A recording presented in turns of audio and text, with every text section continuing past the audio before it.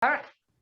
So as we know, today's speakers really don't need any introduction, but I'm going to do a little tiny introduction. So for Dean Learman and Dr. Tracy Criss, as the Dean of Virginia Tech Carilion School of Medicine for the past 3 years, Dr. Learman serves as the Chief Academic and Administrative Officer with the responsibility for development, planning, and execution of new programs related to the undergraduate medical education and is professor in the Department of OBGYN. Dean Learman is incredibly responsive to concerns and needs of faculty and students and fosters a close relationship between and among clinical and basic science faculty, management, and clinical staff.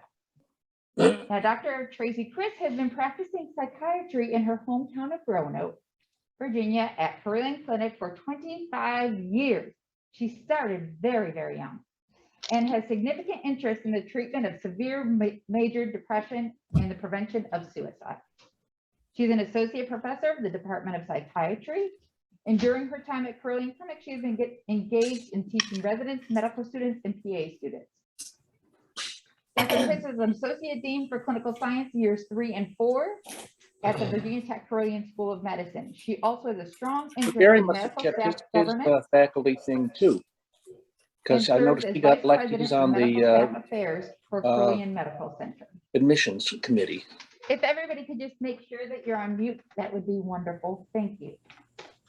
Throughout their busy professional roles throughout the years, one thing that today's speakers have learned is how to have difficult conversations with both learners and many others.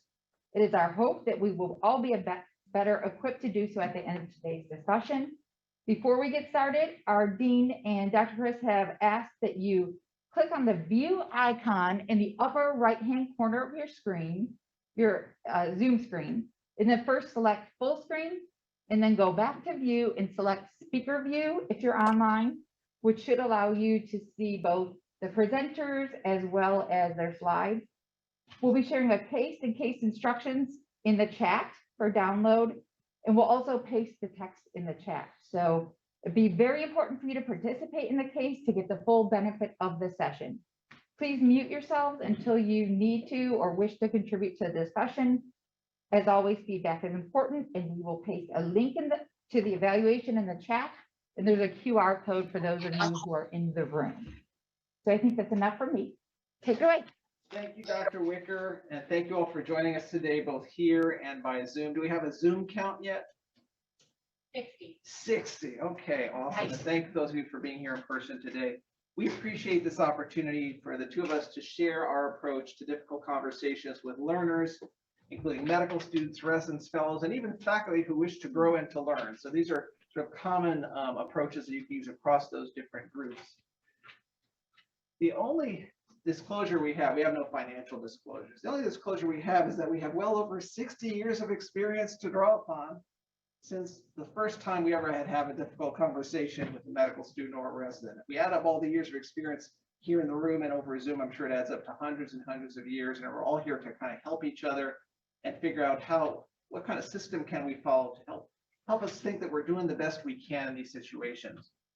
So we hope this session will help you identify the situations that elicit difficult conversations, describe the optimal approach for a difficult conversation, the when, where, and how, recognize and respond to the learner's immediate reaction emotionally, and then assess the learner's understanding of the key messages that we're trying to transmit.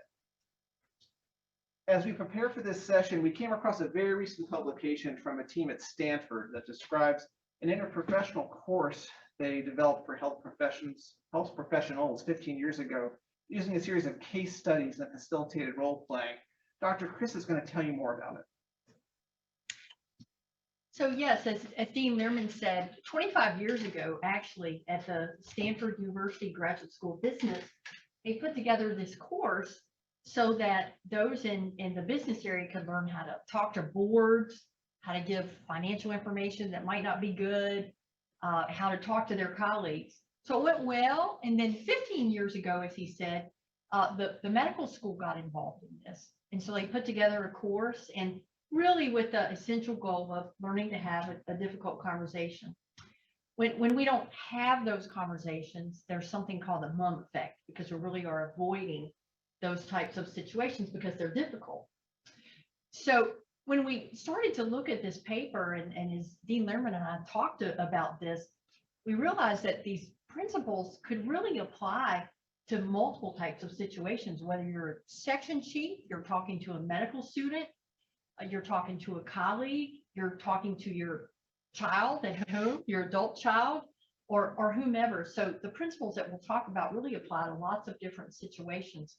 And so on this slide here, you can see some of the vignettes that they use, some of which are medical, some of which are not medical. And actually now at Stanford, there are, this course is offered to students from any graduate school there. It's not limited to just a business school and a medical school. So there's different scenarios like end of life care, or maybe even a death or a misdiagnosis, or someone not doing well in a PhD program. They actually use 12 total cases in that situation of teaching. And you really want to, when you have these conversations, offer hope to people. You don't want to inflict more pain than what someone is actually going through. So with our next slide, we're gonna look at some of those guiding principles, and then we'll come back to this later on in the talk. So as you think about a conversation, you really want to assure confidentiality, not report it to other people once you leave the room. Be non-judgmental. That's a way to get off to a big argument. If you walk in and you're judgmental, that's going to not go well during the conversation. Do not mislead. Emphasize what you know. You don't want to bring things in that are rumors, but emphasize what you know. Show empathy. And the next one is a little confusing. It says, do not mistake vagueness with compassion. And that really means be direct. Just be direct in what you need to say. Don't beat around the bush. Be direct. Keep your language succinct and simple. Offer hope and comfort. Be calm and calming. It's a difficult conversation, so be calm and calming. Be an active listener. There's that L word. It's amazing how often that comes up when we're talking about communication. Be an active listener. Pauses are your friend. That'll give someone a chance to reflect and allow them to think before maybe they speak again. So pauses are your friend. And remember, it's how you say things. It's not always exactly what you say, it's how you say it. So as we start to get into the nuts and bolts of how to organize these conversations, and keeping those principles in mind, how many of you already have a script in your mind for different types of conversations you may have with a patient or a learner? They just sort of a checklist of things that you follow in given circumstances. How many of you have some? So yeah, I see hands up, I see kind of, sort of, but this is one of those times where you have to kind of engage that part of your memory into, okay, what's my script going to be for this kind of conversation? Now, fortunately, as Dr. Criss reviewed, these kind of difficult conversations are not uncommon across multiple different types of other people, learners, patients, etc. So this is one of those scripts that if you develop it, you'll be able to put it to use a lot of the time. There are 3 stages of the conversation. This is offered as a way to organize thinking. A lot of people are fluid as they go through these stages, but they're summarized here. They're meant to serve as a general framework to consider, particularly when planning and beginning and conducting the conversation. And one of the themes we'll come back to is that, careful preparation, that the 4th stage, practice, and then reflection on performance will help make these stages become more automatic over time. So it's less of a burden to implement it once you've had some practice with it. So before the conversations, it's important to set aside time and prepare. And a lot of what we're going to do today is to think through how would we prepare for such a conversation. Identify clear goals and create an outline of logical talking points. What are the takeaways? What are the key messages?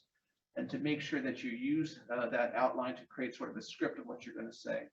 Anticipate possible questions and emotional reactions. So is it hard to anticipate that there might be disbelief, doubt, and anger? Not really. Those are pretty ubiquitous to these situations. No matter what the topic may be, we are likely to either hear, if we're listening carefully enough, or for the other person to perceive a sense of disbelief, doubt, and anger. So we have to be ready for those 3 emotions because they're so common. We do need to practice what we say because it's different to kind of make an outline of talking points, and then to figure out how you're actually going to put those into words. Practicing what you're saying can allow you to develop your own voice in how you approach these difficult conversations, how you can be calm and calming, how you can avoid unnecessary prefacing language and things, and get right to the point, but to do it with compassion. So practicing that is different than putting that on a list of bullet points, and it's suggested that we're suggesting that you practice. So the conversation should occur, of course, in a private, quiet room or other setting that prevents distractions, prevents people from overhearing what you're saying. It's better to sit beside each other or at an angle together rather than instead of at a desk. The desk creates a sort of power hierarchy and increases anxiety. So it's better to be someone who's like pulling up a tray next to you in the cafeteria. That's a private cafeteria with just the two of you chatting about what you have to talk about. As I said, minimize the preamble and polite chit chat. I think the setting of having a meeting already suggests that something serious needs to be talked about. So get to the point. That lead-in stage can create a lot of anxiety as the learner is waiting to hear what it is that you're going to be talking about. Follow the logical approach that you outlined. Be disciplined in how you do that to make sure those key points are transmitted. And along the way, be sure to detect and address any information asymmetry. Oh, that's not what really happened. Oh, so now's the time to listen to what really happened from the perspective of the learner. Because of course, you're transmitting either what you saw or what you heard. And it's important to acknowledge that there may be information asymmetry and take some time to listen to that other perspective that the learner is bringing. That will help you have maybe a fuller picture of what has happened. So then while conducting the conversation, be sure to check in and pause frequently. These pauses allow for integration of what you're saying by the learner and an opportunity for them to ask clarifying questions and to really understand what's going on. At the end of the conversation, summarize the key points, key messages you shared, and also, as we do with patients sometimes, summarize what the learner's response was, that history of illness. Let me see if I got this right. This is what you said was your perspective on what happened. Did I get that right? The same skill we might use for patients, we would use in this situation to help the learner understand that they've been heard as much as we want them to understand what we're telling them in our key points. You're going to outline the next steps and offer a follow-up meeting. And then afterward, and here's the essential part, is to really take a few minutes to just reflect yourself on what went well and what could have been improved. There's some things that you were happy with according to the pace of the conversation and what was said. Replay the conversation in your mind, make some mental notes. So that's sort of our overview, is taking you through these 3 stages. And now that we've been through the principles and the stages, it's time to practice applying these insights to a specific case. So Dr. Criss is going to tee up the case and the breakout session next. I should stop there for just a second. I'm sorry, Dr. Criss. So any questions, surprises around either the principles or these 3 stages or the elements that we've talked about? Things seem to make sense so far. There's anything that seemed odd or different or new? I have a question. It's very nice to have a script, but I think it's very easy for one of the 2 people or group of people. Derail sounds like a very strong negative term, but all of a sudden the reason you're there is far away from, and so any other than, yeah, you need to bring it back, is there any strategies on getting it back to the topic at hand? Yeah, that's a great question. I think we each share our advice. I look for principles that are universal across different communication settings. And in this one, it would be the same things we might use with a patient. And the first thing would be to make sure that we've heard them by summarizing what we've heard. Okay. The second thing would be to say that we do have an agenda today, and there's a lot of important things that we could talk about at a subsequent meeting. But for today, we really need to focus on these elements. Now, with the patient, you've set that agenda together. This is a little different. It's not a shared agenda necessarily. But nevertheless, it is important to transmit the talking points that you have in mind and not to allow the conversation to go too far astray. So how you balance that listening and reflecting back and saying, I hear you, this was what you experienced, and I just want to make sure I understand that. Did I get that right? And then pivoting right back to your talking points is the best way that I found to manage those challenges. Dr. Criss? Yeah, I think you that was a great question, which was basically how do you keep a conversation on topic? And you want to be careful to steer the conversation back to the issue at hand, because you run the risk of sending mixed messages to someone. If you get off target, maybe they brought up something they do well, or something you get off target. You do run the risk of mixed messages, and if you get into mixed messages, then you're not going to have an effective conversation for the reason that you got there. Thank you for asking that question. Yes, sir. On the 3 stages that you listed, I suspect they conduct the interview includes things like how to close it, because the end of the conversation, I think, is really, it's almost like a separate stage and critical to what's the carryover and what's the effect. So you're mentioning that in the 3 stages, one thing that isn't called out explicitly is closing the conversation, and how important that is. I completely agree. I think it's important to review the key points that were on your outline that you've been scripted, review what you heard from the learner, identify next steps in the process, which will vary according to what you're talking about, and arrange some form of follow-up. Those would be the key components in that closure part of the conversation. Yeah, very important to not just say, oh, I'm so glad we had a chance to meet today. See you later. It's not exactly going to work. Are there questions online? There's just one comment. Dr. Misra said, I think the latest advice is to avoid sandwiching messages. Oh, the feedback sandwich, or that what we're talking about? Yeah.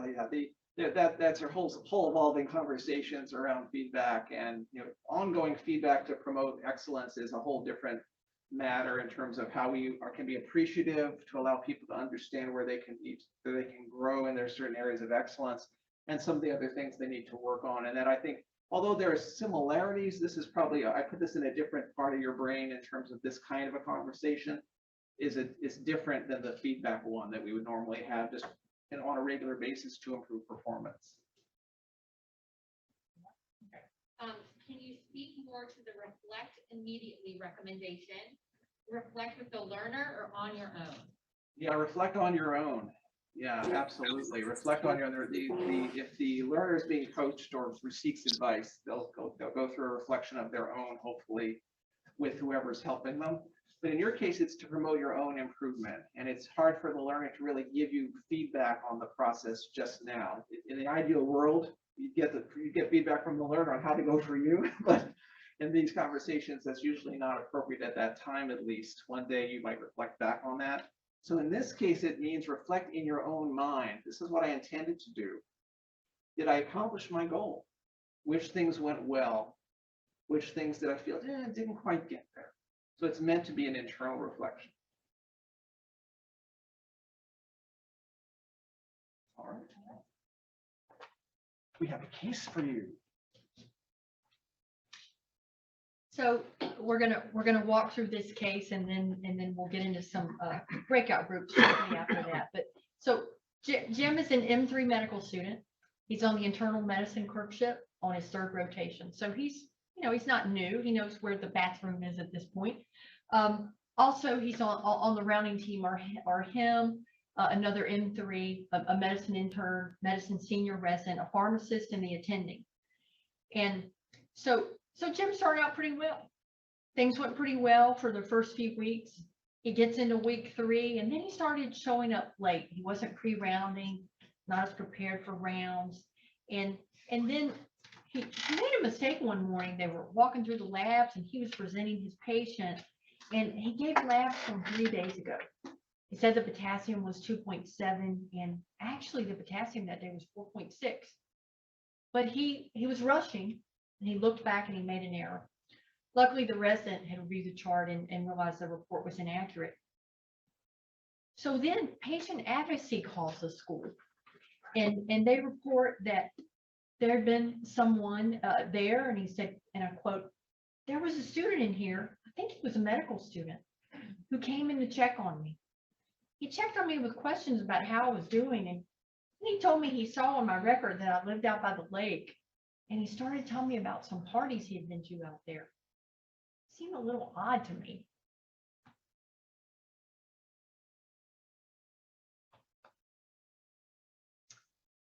So in a few minutes, when we go in the breakout session, we're going to look for several things. Think about, what are your clear goals in this conversation? How will you assess Jim's emotional state? How will you conduct the discussion? What's the key message? What's your tone? What words are you going to use? How are you going to go about this conversation? How will you recognize and respond to Jim's immediate reaction? As Dean Learman said, there may be disbelief or anger, denial, whatever. How are you going to react to that? And what are you going to say and questions that he'll have? And how will you assess his understanding of the message? How are you going to summarize that in your head to what he really said? And because we're going into breakout rooms on Zoom, the Teach team is going to be already has or will be sending you the case and the assignment questions so that you'll have them with you to go through during the case in the Zoom breakout rooms. And we have handouts here, and we will put things on the screen here as well for folks. But how are they going to receive that? The folks in the room? The Zoom room. Sorry. The Zoom room, they will receive it two different ways. They're going to receive a slide for download, and you'll also receive, we're going to copy this information right into the chat. So We have it. Thank you for sending it. great. All right. Thank you for letting us know that it's there. Thank you so much. So what we're going to do is give about a 15-minute time period for your discussions. And this really is in a capsule, the planning and anticipation stage. You know, doing this carefully would allow you to then take the next step of implementing this with the learner. But just going through this helps to kind of get through some of these most important issues together. So we're going to go ahead and initiate the breakout rooms for the Zoomers.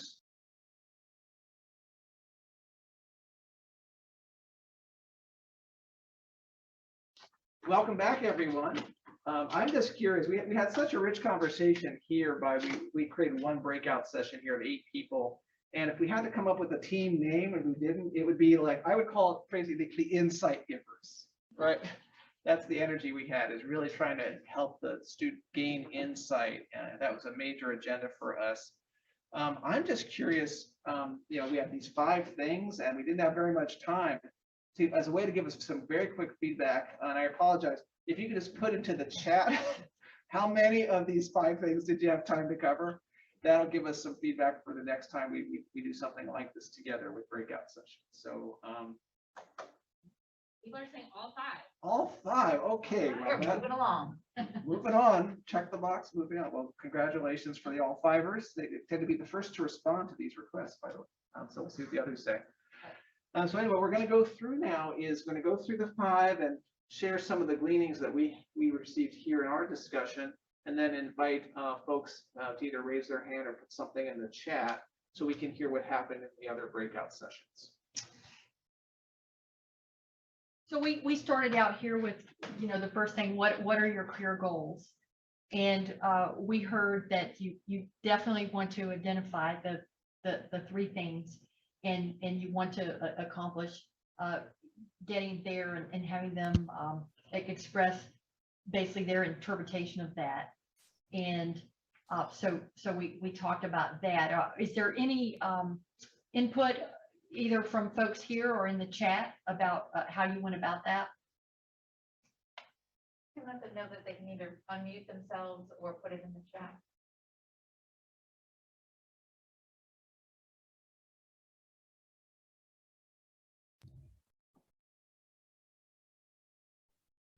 In our group, we actually talked about looking for an underlying cause, knowing that the student was a decent enough student initially.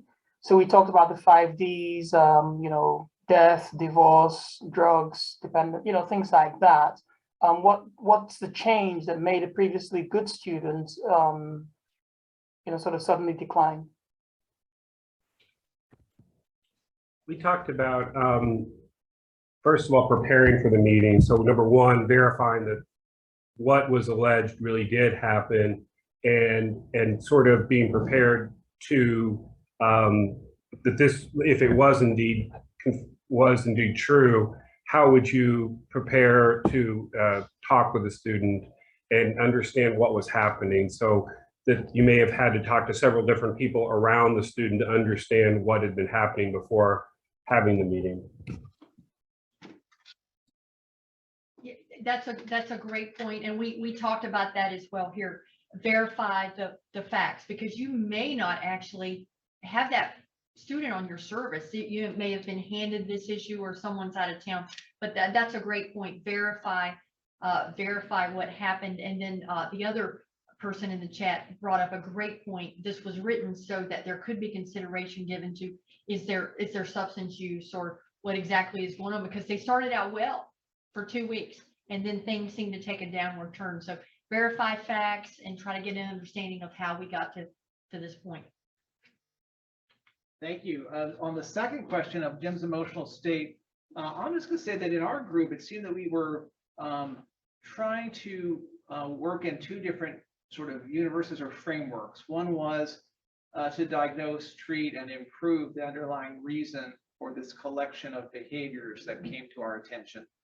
And the other is to really see this interaction as one which is primarily behaviorally based. So the behaviors are understood to be unacceptable, and then expect that the student support services at the medical school or the student's mentor or someone outside of the context of this one-time interaction would be the ones to take a look at patterns, to take a look at underlying causes.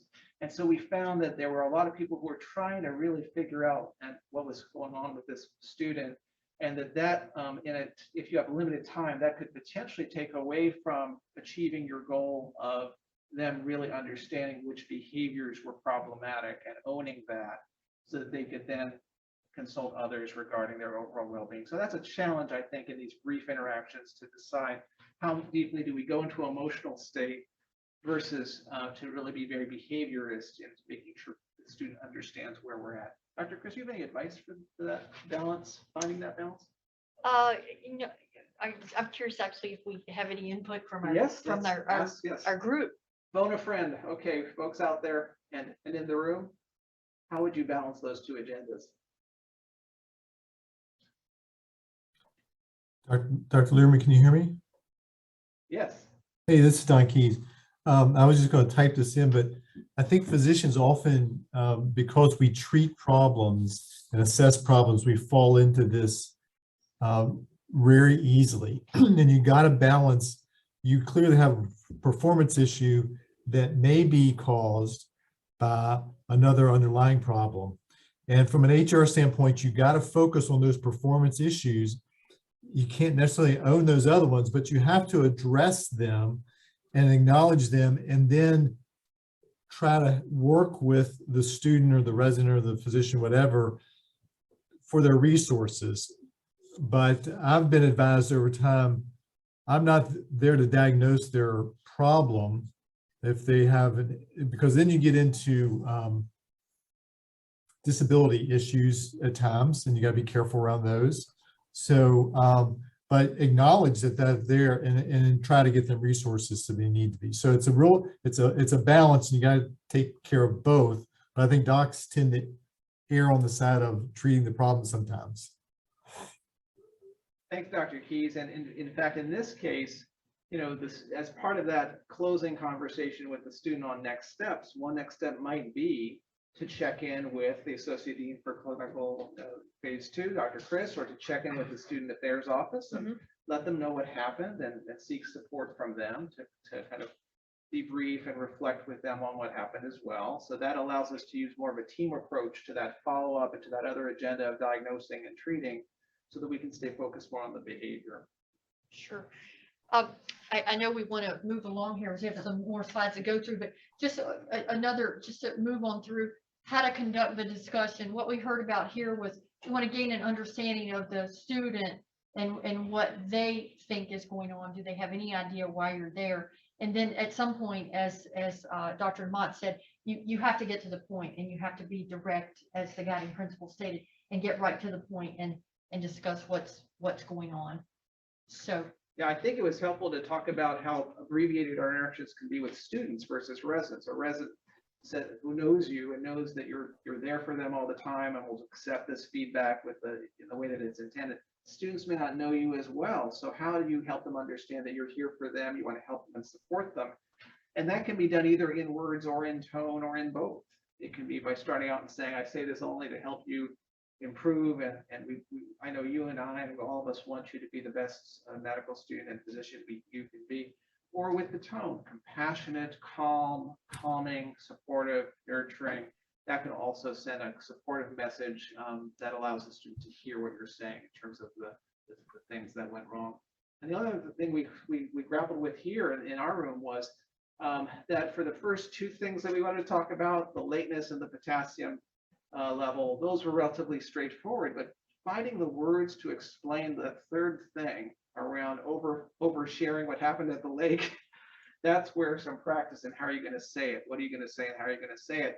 Avoiding the P word, professionalism, because that feels like a dagger in the heart for someone to hear that they're unprofessional. But instead to figure out what are the behaviors there that cross the line in terms of the patient's expectations, that seemed more challenging. Yes. We do have one question coming in online. Dr. Mizra, if you want to unmute and ask a question. Yeah, I had a discussion with our group, and I think one of the assumptions that we made is that this is poor performance.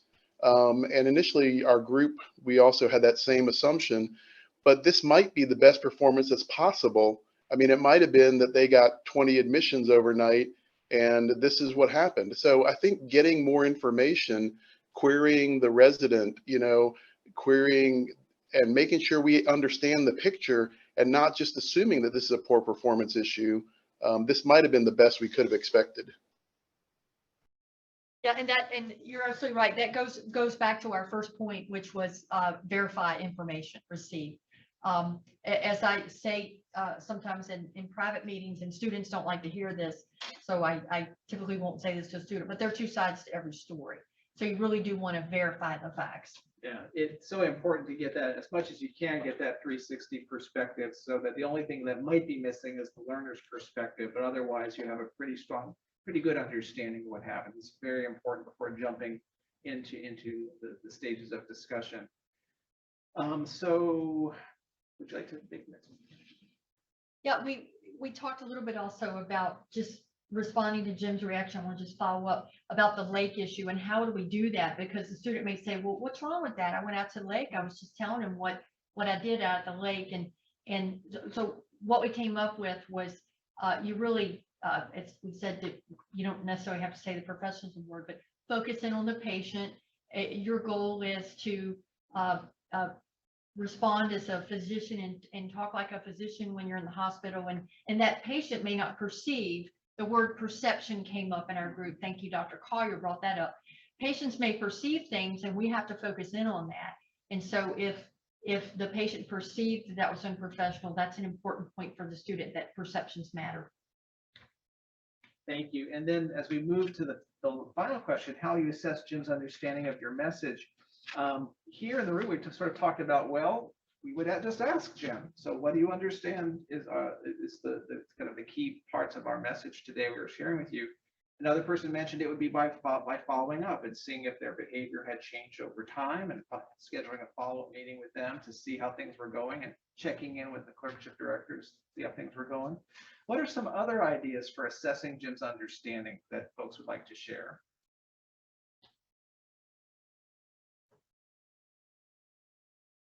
May ask him to take 2 or 3 days to internalize the message. You never like to force people to put it in writing, but whether a response in an email that can be thought out so that there's some internalization rather than, I don't remember being late. Just give him those days so that he has time to digest the message, especially if he was not truly prepared to hear very uncomfortable news. That's assuming that you said, I need you to come to my office so I can give you some bad news. So he or she was not prepared for that. And so that message of 30-minute conversation may not be able to be what he really wants to say. So it can take some time to reflect and integrate what the student heard in a way that really helps them to speak about their understanding in a deeper way than to parrot back what they heard us say in words. So giving them some time to let that soak in and to formulate it on their own can be very helpful. Thank you for that suggestion. Yes. Sometimes I'll just ask them to give like 1 or 2 concrete steps going forward of what actions they can take, and then that gives me a little bit of understanding of that it tests both their understanding of the problem as well as what they're planning to do about it. Did everyone hear? Are the mics working in the room? Did everybody hear that comment? Great. All right. All right. So we're going to move on now to some Repeat closing. that, I didn't actually hear that. Oh, you did not actually hear that. It was to actually to ask the student to identify a couple of things that they're thinking about doing differently in the future, because that'll assess their understanding in terms of how they translate that understanding into action. So that was the suggestion on how to assess Jim's understanding. Any other suggestions in the chat? So Dr. Headed Cushman, I feel it would also be appropriate to talk to the student about going forward with this specific patient. And then Dr. Trujillo said, I prefer to solicit feedback and action steps right there in the moment. Good, great, all great suggestions. I'm glad that those of you on the Zoom are able to see all of those. Because time is short, we're going to just do a short wrap up, and we're going to send you all of our slides so you can have them all. But addressing poor performance, workplace disagreements, conflict resolution, disturbing news, these are such common challenges in healthcare and in educational settings. And as our leadership responsibilities increase, so do the frequency and intensity of these interactions. So anyone who's aspiring to in some point in their career to look for additional levels of responsibility, this goes along with every single role that you will have. Even if it's not a learner per se, it'll be a similar conversation with someone else. Being able to jump in and have these conversations is much better than postponing them and allowing the problems to fester and get worse. So we presented this 3-stage framework, which we feel can be helpful in sort of comparing our current approach and figuring out which other pieces might we weave into that to improve the consistency of how we come across in these interactions. But with anything like this, practice is really necessary. One of the key things to practice is really finding our voice as we put words to the things we want to say. In this slide, we've highlighted in bold some of those principles we mentioned before that over the years, the people who took this course at Stanford thought were the most important for them. And these resonate with us as well in our experience. Communication should be non-judgmental, behaviorally based, avoid misleading information, and really not spend too much time on vagueness out of the sense of compassion, but to quickly move to specifics, which is so much more helpful. We should offer hope and comfort for this person who's receiving this bad news, this uncomfortable news. Be calm and calming, be active listeners, pause frequently, and allow them to express what's on their minds and create space for the other person. Like with any other skill, managing these difficult conversations will improve with ongoing practice. No matter what our starting place is, we can do a little bit better. We think that for many people, this session may have put us in that awkward stage of not figuring out how do we integrate this into what we're already doing. And what we would recommend here is to find an opportunity after your next difficult conversation, after you reflect on it a bit yourself, to talk to a trusted colleague, a peer, someone you would trust to give you feedback.